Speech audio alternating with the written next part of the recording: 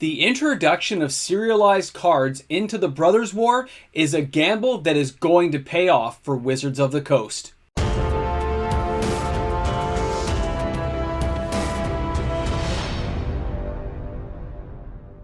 With only 500 of each card in existence, what are players deciding when they get one?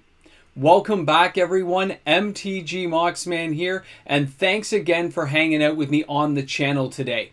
A big shout out to each and every one of you who is hitting that subscribe button and helping me get closer to 14,000 subscribers, to my regular viewers who tune in each and every day, as well as my Patreon members and my YouTube membership members supporting the channel. Thanks again, everyone. This journey isn't over yet, and it gets more exciting each and every day. Whether you love them or hate them, serialized cards for Magic the Gathering are here to stay. When you take a look at other industries that have serialized cards, such as the sports card trading world, the consistency applied to those cards has driven value into those products. Now, when Wizards of the Coast first attempted this with the Seer, they did a reversed artwork card. I think it was 1 of 100, and they dropped it into some secret layers.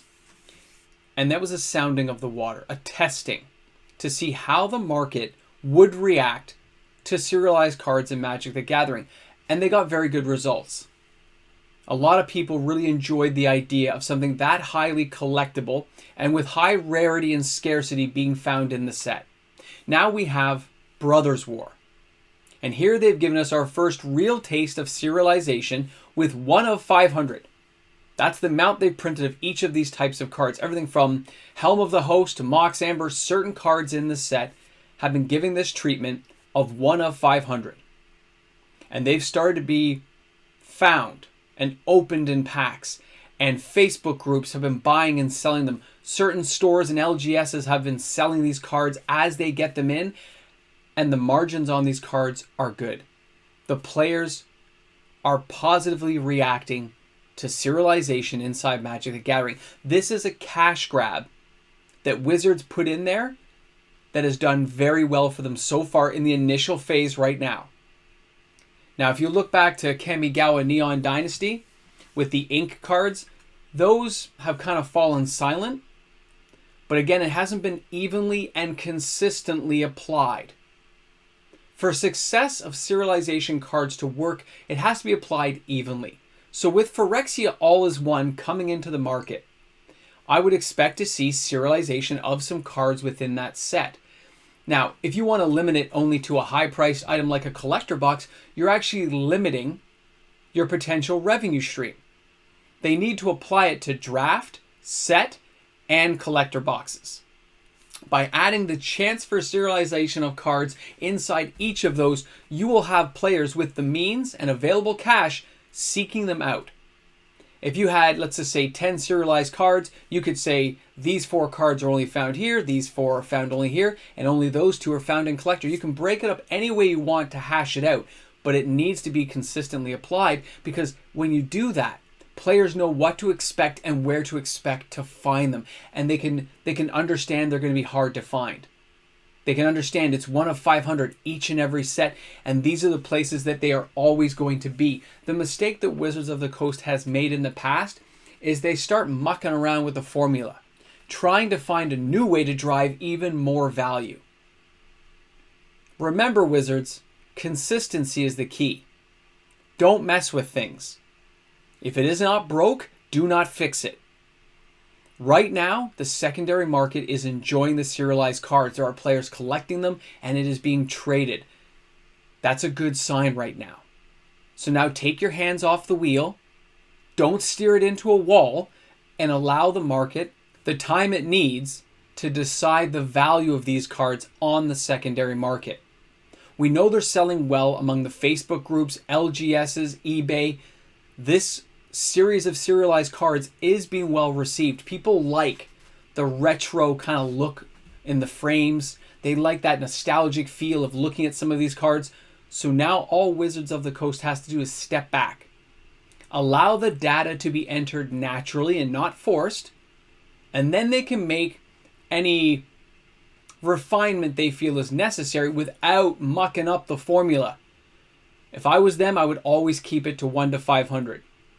If it was a certain amount of cards each set, make sure that amount is known each and every set, and it needs to always be applied consistently. Which means if you choose to refine it into special artwork that will never get reprinted, then you need to state that, Wizards of the Coast. You need to back that up, because that's where you always fall behind.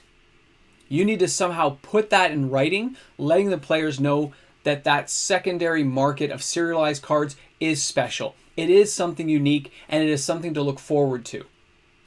And then as another refinement, if Wizards of the Coast wants to drive more value, since they know that they've built an asset class that the players enjoy, they should be putting it into draft, set, and collector. Not just one, but all of them.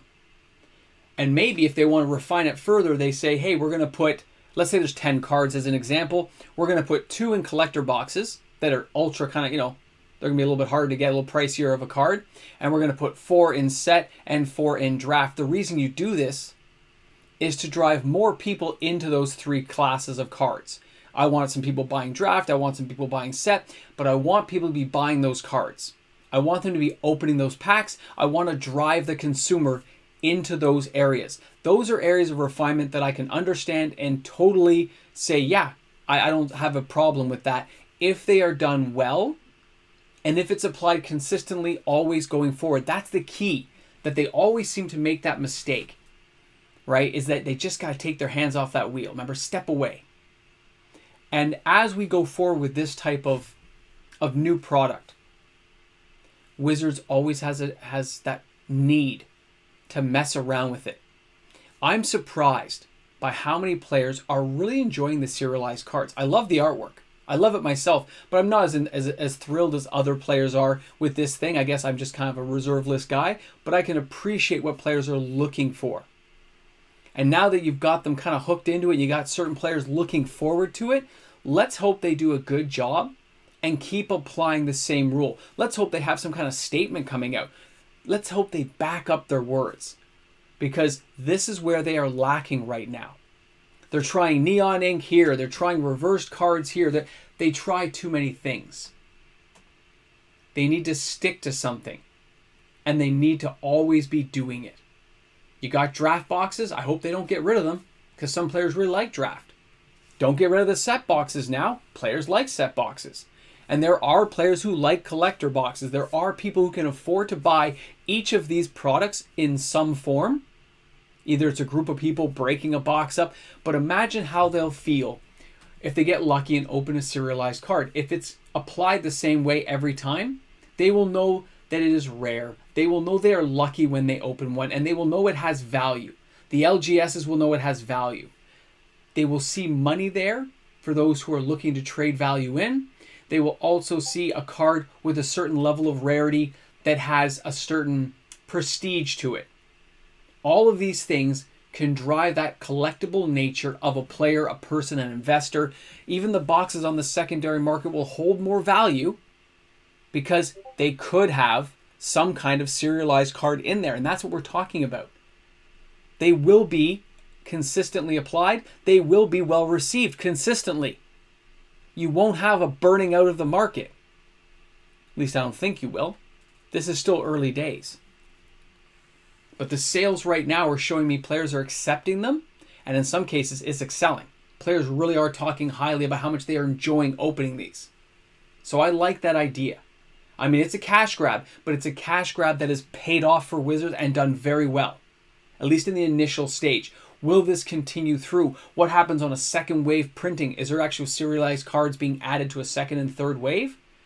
Because if it's serialized, how do you know they're all actually available for the market? See, that's all kind of fascinating stuff that I don't think's been truly explained yet. And if it has, I haven't read it. So put that down in the comments section so I can go find it in case I've missed that somewhere. It's very early days still, but it's doing well. And that means that Wizards will probably mess it up at some point. Let me know how you guys all feel about the serialized cards. Are you excited? Are you bummed out? Do you love it? Do you hate it? Because either way, the reception says it's going to stay. They're well received overall. So even if you don't like it, you're outclassed. But I'm curious to know what people are thinking about when they got these cards. I know when I opened the Helm of the Host here on the channel, it was number 216. I was pretty stoked. I was pretty excited to actually open one on camera. It was one in a whole case is basically what I got. It kind of reminded me of the Lost Legends. So I'm curious to see how other people feel about it. Thanks again, guys, for tuning in today. Thanks for being here on the channel and joining this conversation about serialized cards. And of course, I look forward to videos tomorrow with you. I'll see you guys then. Hey guys, here we have Destination Magic Online. They are going out of business. This information was brought to me by Brittany, one of my patrons. Thanks again, Brittany. I know you're trying to help this store out as they're leaving, and all kinds of cards are going up for sale on discount, as well as a whole bunch of sealed product, guys. So if you're interested in buying some cards, you can go ahead and check this out online. I believe they had a 7% off coupon code right there on the front webpage. Anyone who's interested can take a look, and I was happy to help out Brittany because, of course, you're an amazing patron. Thanks again, guys, and good luck to Destination Magic. I hope things work out. We always hate to lose another LGS in our world of Magic the Gathering. And, of course, that big shout-out to all the fantastic patrons on the channel. Thanks again, guys, for always being there and supporting my channel. December is right around the corner. It's kind of a cool name, Destination Magic Online. All right, guys, welcome to the end. You're the special people who make it there. Serialized cards. What do you guys think? I gotta be honest, I'm still not hyped on the actual idea. I'm kind of a reserve list guy. But at the same time, they could really do well. If they are actually controlled properly, they could do very well. They could refine it into something truly special over time. I mean, forget all the hype and craziness going on in the world of Magic right now, guys. That eventually will die down. Anger does simmer. People will get fired. Things will get corrected. Wall Street will go its way, and so will Hasbro. But you know what, guys? With Magic, we're in it for the long haul. But this is something that may work out for them. This is one of the things they may have done right if they can just avoid mucking it up. Anyway, we'll see what happens. It's a long life, and we get to see a lot of the craziness going on in the world. Thanks a lot for tuning in, guys. Thanks for being here. 9 subs. 9 subs. I hate when the algorithm turns against you and you get less people viewing your channel, because then you get less viewers and less people joining up. What can you do? Thanks a lot, guys, for tuning in. I'll see you guys tomorrow. I gotta make some food.